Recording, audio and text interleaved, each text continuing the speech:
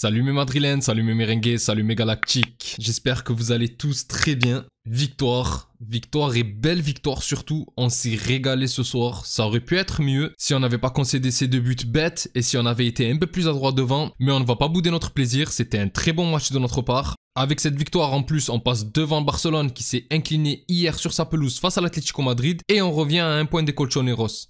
Et franchement, on finit assez bien l'année, peut-être moins bien que les voisins qui, eux, ont dépassé tout le monde en profitant de nos faux pas et surtout de la série noire du Barça. Mais honnêtement, avec la victoire face à l'Atalanta, le trophée remporté, et là la victoire de ce soir qui te permet de repasser devant Barcelone, et avec toujours ce match en moins, on entame la trêve bien plus sereinement. Et j'espère qu'on va faire une seconde partie de saison digne de notre rang. Bref, comme j'ai dit, victoire du Real Madrid ce soir face au FC Séville 4-2 avec une ouverture du score assez rapide dans le match de Kylian Mbappé sur une magnifique frappe sèche en pleine lucarne, un peu comme celle qu'il avait marquée il y a quelques temps, je crois que c'était face au Celta Vigo. Le deuxième but va être inscrit d'une autre minace, cette fois-ci du spécialiste Valverde, et que personnellement je trouve encore plus beau que le but de Mbappé. À la demi-heure de jeu, rebelote, encore un magnifique but de Rodrigo, mais en vrai ce soir il n'y a eu que ça, des beaux buts. Et cette fois-ci c'est plus une belle action collective où le Brésilien va nettoyer la lucarne au bout de celle-ci plutôt qu'un exploit individuel, même si c'est vrai que Rodrigo va envoyer une belle frappe lui aussi. Bon là à ce moment-là, petit relâchement et Séville va en profiter pour en mettre un de la tête sur une bête erreur défensive de Tchouaméni. Et franchement le match du français n'était pas top ce soir, mais bon on verra plus tard que la défense entière était un petit peu remaniée et c'est vrai que ça n'a pas été notre point fort ce soir.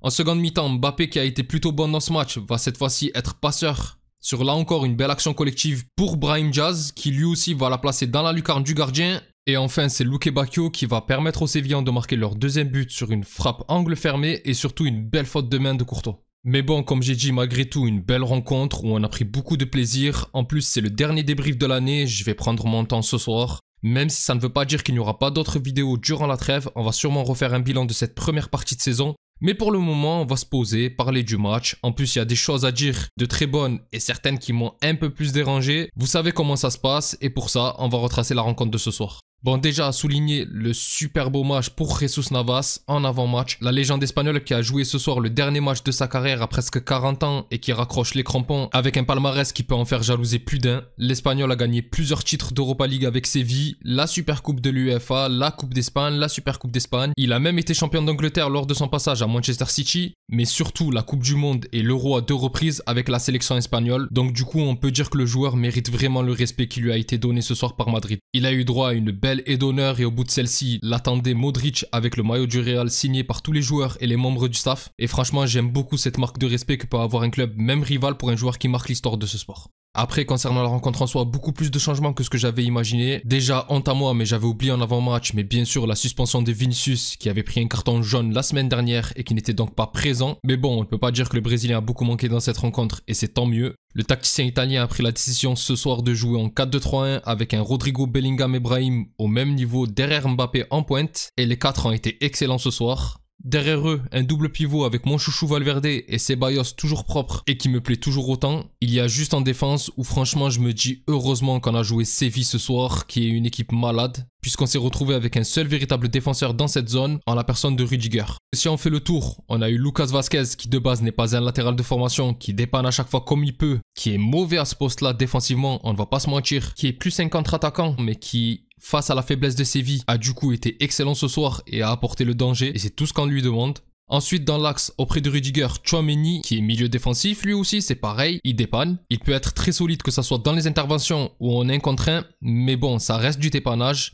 Et là ça fait quelques matchs où le français montre ses limites, que ça soit dans le placement ou l'anticipation. Ce soir c'est lui qui laisse Isaac seul sur le premier but reprendre tranquillement le ballon de la tête. Et sur l'ensemble de la rencontre, on va le dire, ça a été dur pour le milieu. Et enfin, à gauche, même si Fran Garcia et Ferland Mendy étaient disponibles, Carlo Ancelotti a préféré placer Eduardo Camavinga en tant que latéral, comme il y a 2 ans, où il avait fait certains bons matchs, on ne va pas l'oublier, mais où lors du naufrage 4-0 au retour de Ligue Champion face à City, il est l'un des principaux responsables avec ses erreurs de placement. Et je le préfère largement à son poste au milieu, même si on ne va pas lui en vouloir quand on sait qu'il n'aime pas jouer là et qu'il fait vraiment du mieux qu'il peut. Et même si je pense que Mendy était peut-être trop juste et que comparé à Fran Garcia c'est un joueur d'un tout autre niveau et qu'il avait juste besoin de reprendre ses marques dans cette rencontre, il a quand même montré ce soir des grosses lacunes lui aussi et il va falloir recruter et arrêtez de vouloir dépanner. On est le Real Madrid et ça montre bien les problèmes quand dans ta défense tu as deux milieux, un ancien ailier au poste de latéral droit et que ton seul véritable défenseur c'est Rudiger. On ne peut pas continuer plus longtemps comme ça. Après sinon offensivement il n'y a pas grand chose à dire. J'ai trouvé qu'on a eu une très bonne entame de match, bien meilleure que celle que j'avais imaginée, avec Bellingham très libre sur cette rencontre qui sans être buteur pour le deuxième match de suite a tout de même été excellent ce soir, avec un abattage offensif et défensif conséquent. Il a un peu plus laissé les attaques au trio de devant qui était très en jambes, que ce soit Mbappé dans l'axe, Rodrigo à gauche ou Brahim à droite, mais meilleure entame de match que celle que j'imaginais, et Séville qui a totalement laissé le jeu au Real va se faire punir très vite, puisque dès la 9e minute de jeu, but de Mbappé sur une attaque placée, Rodrigo qui part de la gauche et repique vers l'intérieur pour décaler le français, qui d'une grosse frappe sèche dans l'axe envoie le ballon hors de portée du gardien, pas totalement dans le lucarne mais assez forte pour empêcher le gardien d'intervenir, et qui te permet de te rendre le match beaucoup plus facile.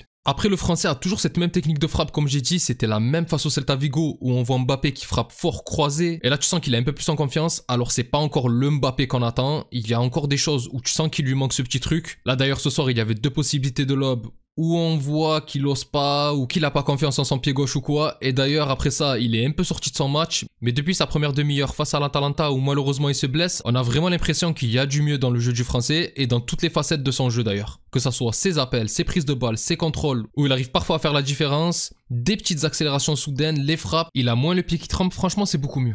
Et c'est pas le seul, hein. Comme j'ai dit, il y a Bellingham, Rodrigo et même Brahim qui sont très libres devant, qui redescendent beaucoup dans le cœur du jeu. Et franchement, les attaques se sont multipliées avec je ne sais pas combien de ratés. Et on peut même rajouter Vasquez qui a donné 2-3 caviars. Il y a Mbappé qui va en avoir une devant la cage où malheureusement il va prendre le ballon sur le rebond et son tir va s'envoler. Il y a Vasquez qui va à la suite d'une action dangereuse de Séville, lui aussi se retrouver en bonne position, mais bien couvert par le défenseur qui va la dégager au-dessus de la cage. Et sur le corner obtenu, les Sévillans vont tout de même finir par céder à force d'être acculés. Le Real va réussir à faire le break avec un but de Valverde, mais une frappasse encore plus belle que celle de Mbappé je trouve, d'une puissance de dingue. À la suite du corner où Camavinga va finir par décaler Valverde, et là l'Uruguayen ne va pas se poser de questions et envoyer une mine, ou d'ailleurs que ça soit son but ou celui de Mbappé, on a l'impression que le gardien se tord bizarrement au moment d'essayer de faire la parade, et où on a l'impression qu'il perd en envergure, mais bon, quand tu vois le missile qu'il a envoyé c'est dur, et au final 2-0 pour le Real. Après ça va continuer, on va leur tomber dessus et franchement c'était vraiment un plaisir à vivre quand on se rappelle les habituelles 20 premières minutes de jeu où comme face au Rayo tu te mets en danger, et là c'est totalement à l'inverse. Et comme j'ai dit ça va continuer puisque Rodrigo qui s'était déjà montré dangereux lui aussi sur une frappe juste après le but de Valverde où il va récupérer un ballon dans la surface et envoyer une frappe instantanée qui lèche le poteau extérieur, va à son tour y aller de son petit but dès la demi-heure de jeu sur une action collective d'école qui m'a régalé grâce aux espaces laissés par les défenseurs de Séville où il y a Brahim qui va parfaitement lancer Vasquez qui en une touche de balle remet sur Rodrigo seul en entrée de surface, et le Brésilien va lui aussi nettoyer la lucarne pour le 3-0. Et là, à ce moment-là, sans doute dû à un relâchement avec l'euphorie du troisième but où les Madrilènes sont sur leur petit nuage, instantanément, il y a Séville qui va réduire le score sur un but de Isaac de la tête, bien aidé par la faiblesse défensive et Tchouaméni qui laisse totalement seul l'attaquant après que Juanlu Sanchez, lui aussi totalement délaissé, dépose un ballon sur la tête du joueur. Alors à ce moment-là, c'est rien de grave, mais c'est quand même une alerte. Mais on était tellement au-dessus dans cette rencontre que pour le coup, c'est pas si grave, et en plus, je m'attendais à ce que Séville nous en plantait un. Alors pas dans ce cas de figure, je pensais vraiment qu'ils allaient profiter de nos débuts de match qui sont habituellement mauvais pour nous en mettre un et nous mettre en danger, puis comme l'année dernière on aurait un peu galéré à arracher le score, mais quand psychologiquement tu t'attends à t'en prendre un et qu'avant ça tu en as mis 3, tu le digères mieux. D'autant plus qu'il y a eu des espaces béants dans la défense de Séville et jusqu'à la mi-temps on a fait que les pilonner et on avait l'impression que tout le monde voulait marquer et surtout que tout le monde pouvait marquer. Il y a même Rudiger qui va avoir l'opportunité de s'y essayer et vraiment à chaque attaque c'était danger pour Séville, et franchement je ne vais pas vous surprendre si je dis que j'ai adoré cette mi-temps. Dans l'ensemble, une très bonne période du Real Madrid, ça faisait longtemps et j'aurais vraiment aimé qu'on enterre définitivement ce match avec toutes les occasions, puisque du coup Séville, eux, à la pause, ils se remotivent et ils se disent que c'est possible de revenir. Et dès l'entame de la seconde partie du match, grosse boulette et mésentente entre Tchouaméni et Courtois, et certes la passe de Courtois est dégueulasse, mais Tchouaméni pouvait intervenir et il fait le choix de la laisser aux Sévillans, et j'arrive pas à comprendre pourquoi. Il avait peut-être peur de tacler et faire faute ou quoi, mais pour moi il avait le temps, et heureusement au final Séville joue très mal le coup, et franchement s'il revenait à 3-2 en sortie de mi-temps, on peut se dire que le match aurait été tout autre. Mais bon, au final, plus de peur que de mal, Courtois fait l'arrêt et quelques minutes plus tard, le show continue avec le but de Brahim pour le 4-1 sur un très beau boulot de Mbappé qui aurait pu rejouer directement sur Rodrigo, on ne va pas se mentir, je l'aurais insulté si l'action n'était pas allée au bout, mais qui va dans un premier temps décaler le ballon pour le décaler sur Vasquez sur le côté opposé. L'Espagnol qui va retrouver le Français qui lui va très intelligemment la remettre d'une touche de balle dans la course de Brahim Diaz qui a fait l'appel et qui n'a plus qu'à mettre le ballon au fond des filets pour clore le festival.